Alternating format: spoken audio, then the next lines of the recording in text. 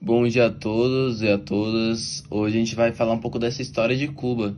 A gente vai entender como esse país conseguiu se libertar da Espanha, como foi esse processo de independência de Cuba, que foi por meio de lutas internas e referências externas. Agora a gente vai dar uma aprofundada mais detalhadamente sobre cada assunto dessa independência de Cuba.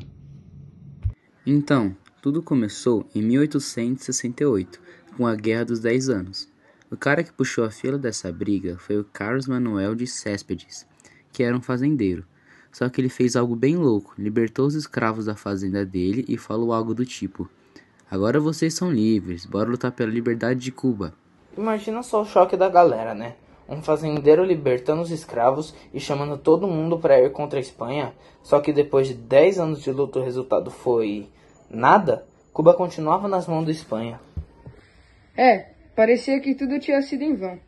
Em 1878, rolou o Pacto de Zanjón, que deu algumas migalhas para o povo, tipo um pequeno alívio, mas sem a independência de verdade e a escravidão.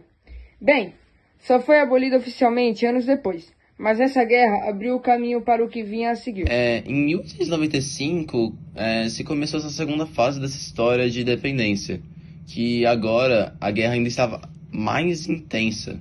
E um nome muito importante, ele entra em cena, em papel, que foi José Marti.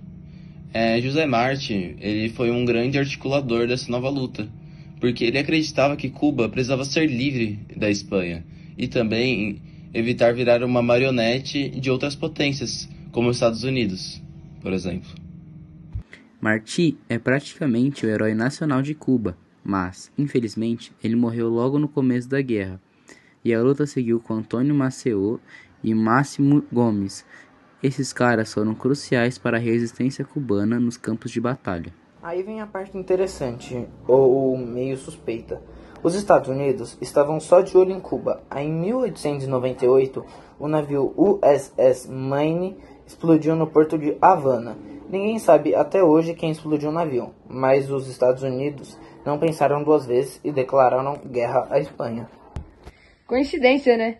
Logo depois da explosão, os americanos se meteram na guerra e rapidamente a Espanha foi derrotada. Aí rolou o Tratado de Paris em 1898 e Cuba finalmente foi considerada independente.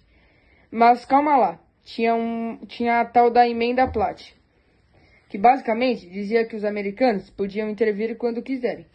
Ou seja, independência com asterisco. Então, resumidamente, a independência de Cuba foi um baita processo complicado e cheio de reviravoltas. Mas em 1902, a independência foi oficialmente declarada, com muita interferência dos Estados Unidos.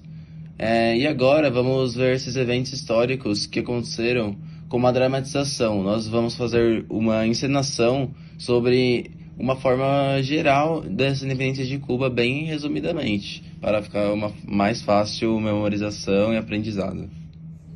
Eu tenho uma coisa importante para falar para vocês. A gente vai lutar para a independência de Cuba. Pera, a gente acabou de ser libertado e já vai pra guerra? Não tem que dar um tempinho de folga, não? Não. Companheiros, essa guerra é nossa. Não lutamos apenas contra a Espanha, mas também pela nossa liberdade. Cuba é nossa e ninguém vai tirar isso de nós. É isso aí, Marti! Mas, a gente não vai ter que lutar contra os Estados Unidos não, né? Veremos, mas o foco agora é apenas na Espanha. Então, os Estados Unidos botaram os espanhóis pra correr. Então agora a gente é independente de verdade ou só no papel? Somos independentes sim, mas tem que pedir meio que uma ajuda, né? Porque é meio que a gente tem que pedir permissão pra brincar, né? Como se fosse isso.